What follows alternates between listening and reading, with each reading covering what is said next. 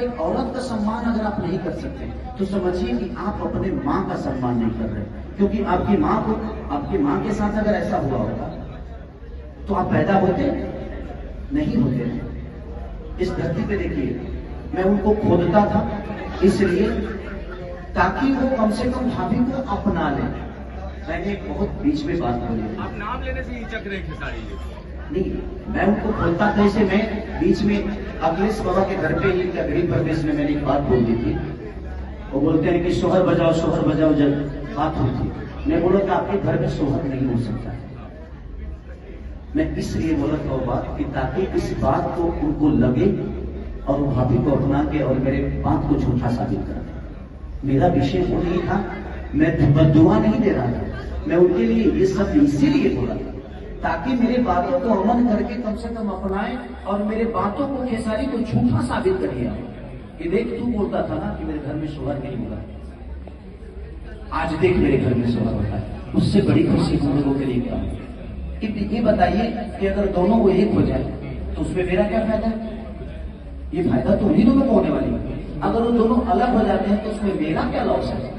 Loss उन दोनों को होने वाली है।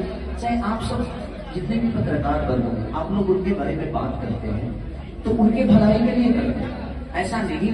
जितने भी बच्चे उनके बारे में आज बुरा भी बोल रहे हैं तो उस बुराई में भी उनका भला ही है, क्योंकि आप गलत करोगे तो भाई सिर्फ आप तारीफ सुनना पसंद करते हो।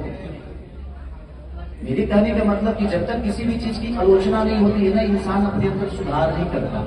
मैं भी गलत होता हूँ यार, ऐसा नहीं कि मैं भगवान हूँ, मेरे अंदर भी बुराइयां हैं, लेकिन मुझे ये पता नहीं है।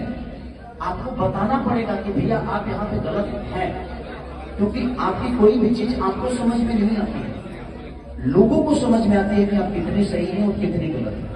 तो मैं इसलिए मैं तो चाहता ही नहीं कि आप उनके सवाल मुझसे करें। खेसारी जी, सवाल इसलिए है ना कि वो भी चुनाव में है, आपके बारे में भी चुनाव में कहा जा रहा है। अब वो जब वीडियो वायरल हुआ रोते हुए, उनकी पत्नी रो रही थी और सारी बातें आपने भी देखी होंगी। उसके बाद पवन सिंह एक इंस्टाग्राम पे स्टोरी डालते हैं कि वो टिकट मांगने आई थी और टिकट का जब बात नहीं हुआ, हम बोले कि कैसे मैंने वो जेपी नड्डा है जिनसे टिकट मांगने गए। ये कौन सा विषय हो गया? अमित शाह जी हैं, उनका टिकट आज तक मिला है जो दुनिया को टिकट दे रहे हैं। ये कौन सा विषय हो गया? उनको तो टिकट मिला नहीं, उन्हें खुद निर्दल के लड़ रहे। उनको तो टिकट देकर छीन लिया गया, लेकिन ये चीज आपको बेइज्जत कर दिया गया। आपको पानी, आपको मिठाई दिया गया, उसके बाद